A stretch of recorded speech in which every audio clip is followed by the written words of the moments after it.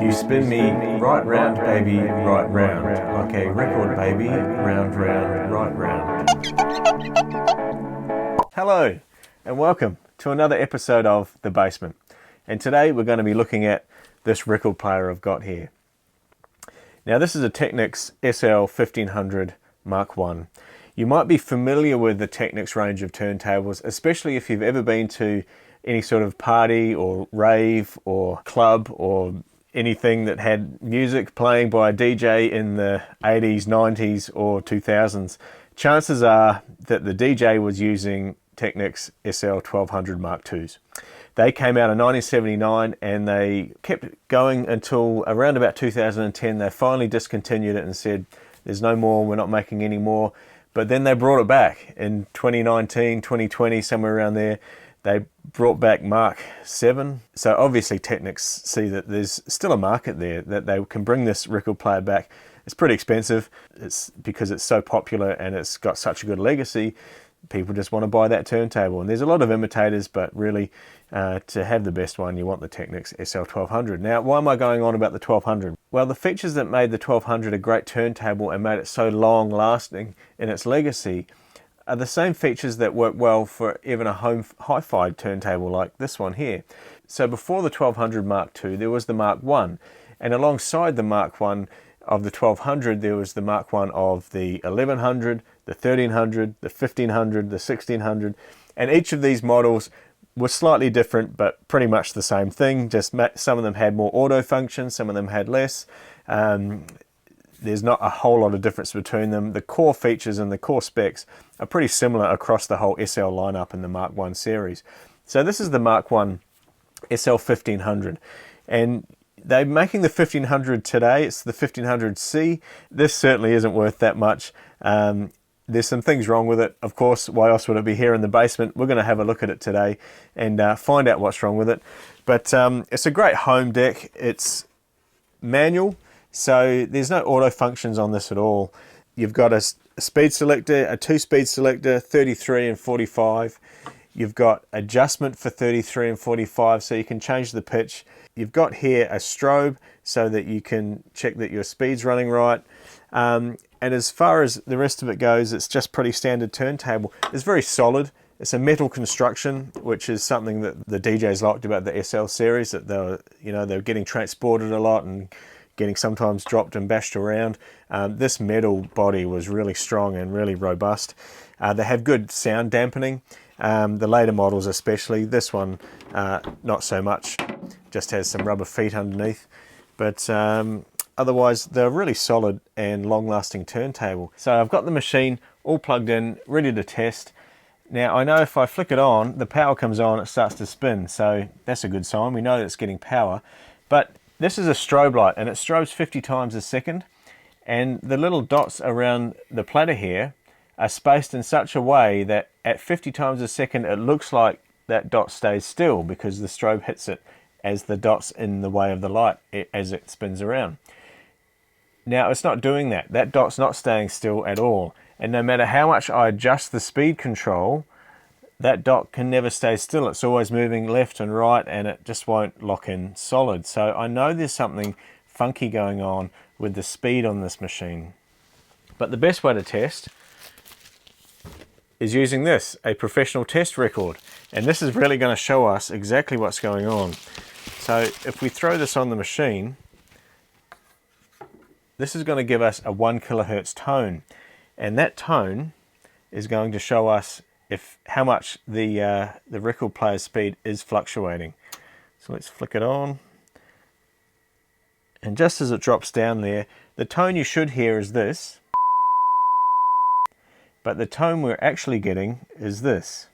1 kc.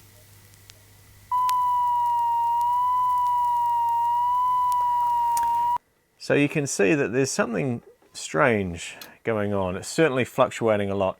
It should just be a constant tone, but it's going up and down and up and down and up and down. Now, there's a few reasons why the speed might not be constant. It could be the actual motor itself is just worn out, or there's something maybe wrong with the bearings. But given the way that this platter spins and just continues to spin, the bearings feel pretty good to me. So the most obvious problem that I think it is actually in these pitch controls.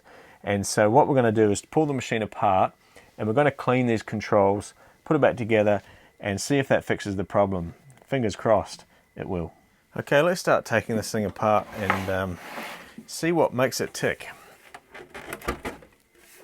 Start by pulling the dust cover off, and we might maybe just leave the hinges in.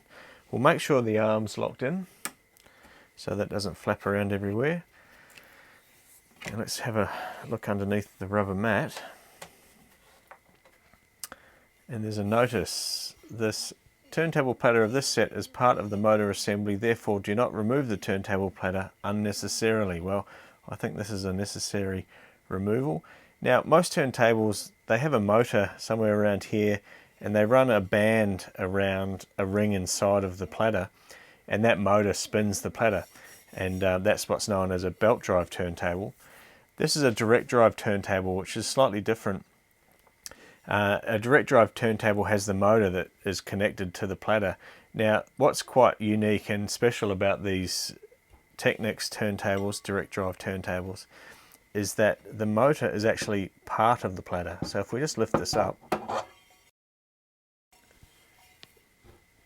and you can see there that this is the magnet of the motor. It's actually built into the platter, and these are the stators of the motor, or the windings, and you can see that that magnet just runs around out on the outside of these windings here, and that's what spins it around. That's what gives these machines their excellent torque, and they spin up to speed really quickly, and when they work well they hold their speed really steady. Obviously this one is not doing that, so we've got to investigate and find out why. It does say you can put a couple of drops of oil down here. That feels really nice. I might just leave it for now. And we've got a couple of speed adjustment pots here, so that would be to set it from the factory to set the correct speed so that you have the correct variation on the pitch knob. And we've got a couple of screws here to clamp down the mechanism for transport. Great, so we'll flip it upside down maybe, and see if we can get into it so we can get down to where these go. Right, so I'm able just to pull them off. Oh, that one's a bit harder. There we go.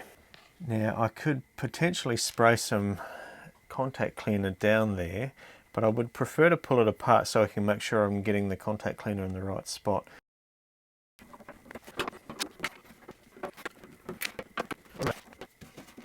Yep, there we go. Oh, that's the inside. So I've definitely unplugged it, just so you know. You don't want to be fiddling around inside here where there's transformers and live wires without making sure it's unplugged first. We've got some fuses here. They're okay.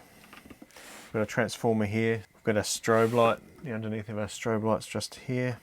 So those controllers are here. These are the speed controllers that might be giving us the issue. All the wiring looks fine. There's nothing obvious on this board. Without pulling the board off and looking at the other side where all the components are, I don't actually know if anything's blowing there or not, but I would suspect that it's fine. Otherwise we'd be getting different issues than the speed variation.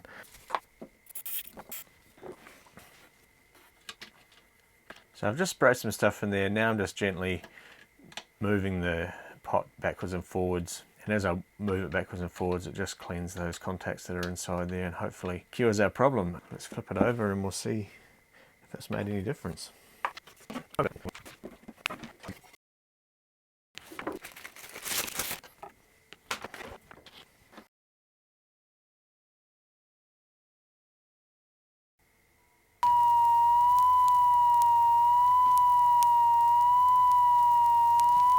Okay, so still the same, so that didn't work. Granted, that would have been a very easy fix, and we don't always get things so easy.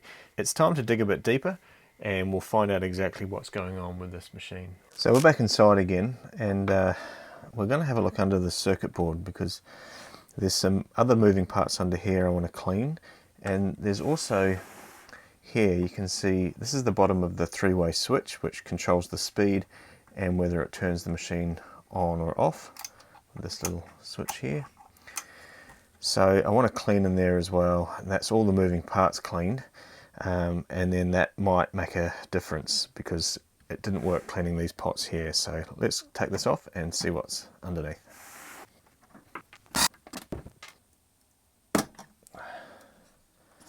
Got them. And there's another plug down here. We can see on here, here's our two variable resistors, and there's also an adjustable pot in here. So we may see if we'll squirt it all around and see if we can clean these. That might make a difference.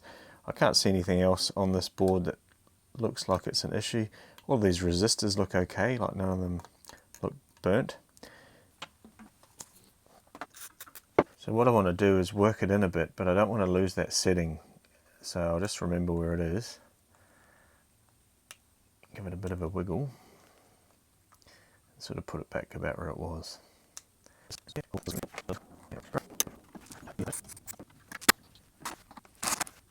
Now I want to clean this switch here. So again, we're going to spray this stuff all around in there, try and get it work its way into the switch. And then we'll move the switch backwards and forwards. So those two things cleaned. I'll put the bottom back on and we'll flip it over and try record again.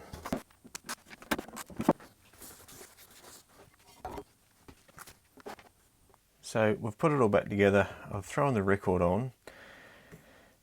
Moment of truth, we'll turn it on. What I'll do is I'll turn it on and I'll turn the lights off so you'll be able to see this light here. And what we want is these dots to be staying still in the one place as this is strobing. So straight away we can see that the lights are really stable. That's actually fantastic. So something we've cleaned has fixed the issue, whether it's the three-way switch or the adjustments underneath. Okay, just before we put it back together properly, I'm going to replace this earth lead because if you look at it, it's been stuck together at some point in its life. It's the wrong colour, should be black. So take this off here and put a new one in. It's just the solder joint here. I'll unsolder that and I'll put a new black lead on that.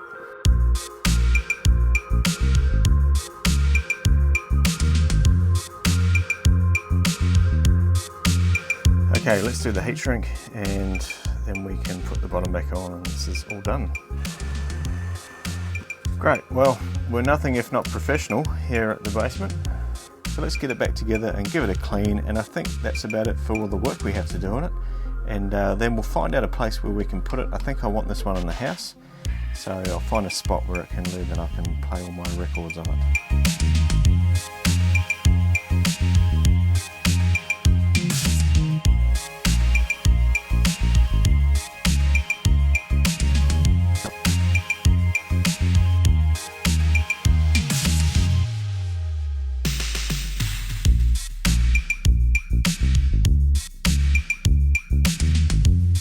So I've gone around the whole platter and used some wet and dry sandpaper to just get these looking shiny again. These were all kind of greyed off and they sort of had black corrosion on them, didn't look very shiny anymore. I don't want to go down the cleaning rabbit hole too far. I could sort of spend weeks trying to get everything factory perfect, and at the end of the day it is a, well, how old would it be, a 40-year-old turntable plus. So I'll get it good enough. What I might do is just put a layer of silicone around here just to stop any further corrosion, and hopefully it makes the black nice and shiny as well once that's on there. So I think it is time to put it all back together and call it a good job done. Here we have it, ready to roll. Well, another great result here in the basement. It's playing beautifully now, sticking to its speed, behaving like it should do. These speed controls are working fine, and it's doing everything it's supposed to do. We changed the ugly red earth cable to this nice black one, which looks a bit more suitable.